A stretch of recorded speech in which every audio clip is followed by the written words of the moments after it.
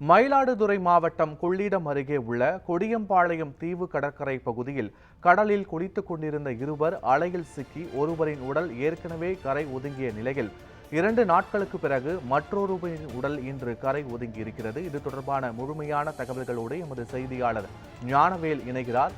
ஞானவேல், கரை ஒதுங்கிய நபர்களின் விவரங்கள் தெரிய வந்திருக்கிறதா? காவல்துறையினர் என்ன நடவடிக்கை எடுத்திருக்கிறார்கள்? விவரங்களை பதிவு பண்ணுங்க. பத்மநாபன், காணும் பொங்கலையொட்டி சீர்காழி அருகே உள்ள கொடியம்பாளையம் தீவு கிராமத்தில் குளித்த இருவர் கடல் அலையில் சிக்கி மாயமான நிலையில் அன்றே ஒருவரின் உடல் கண்டெடுக்கப்பட்டது. தற்போது 2 தினங்களுக்கு பிறகு சீர்காழி அருகே உள்ள பழையார் பகுதியில் மற்றொருவரான ஜெகன் பிரதாப் உடல் இன்று காலை தற்போது கண்டெடுக்கப்பட்டுள்ளது. மயிலாடுதுறை மாவட்டம் சீர்காழி அருகே கொள்ளிடம் ஊராட்சி ஒன்றியத்துக்கு உட்பட்டது கொடியம்பாளையம் தீவு கிராமம்.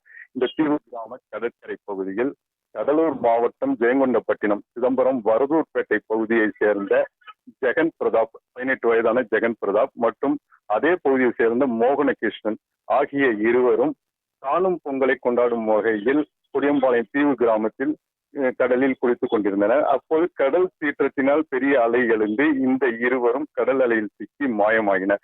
இது குறித்து அவர்களுடன் வந்த உறவினர்கள் மற்றும் நண்பர்களின் தகவலை அடுத்து கொடியம்பாளையம் பகுதி மீனவர்கள், கடலோர காவல்படையினர், புதுப்பட்டினம் போலீசார் மாயமான இருவரின் தேடும் பணியில் ஈடுபட்டனர். அன்றைய தினமே மோகனகிருஷ்ணனின் உடல் கடற்கரை பகுதியில் கரை ஒதுங்கியது.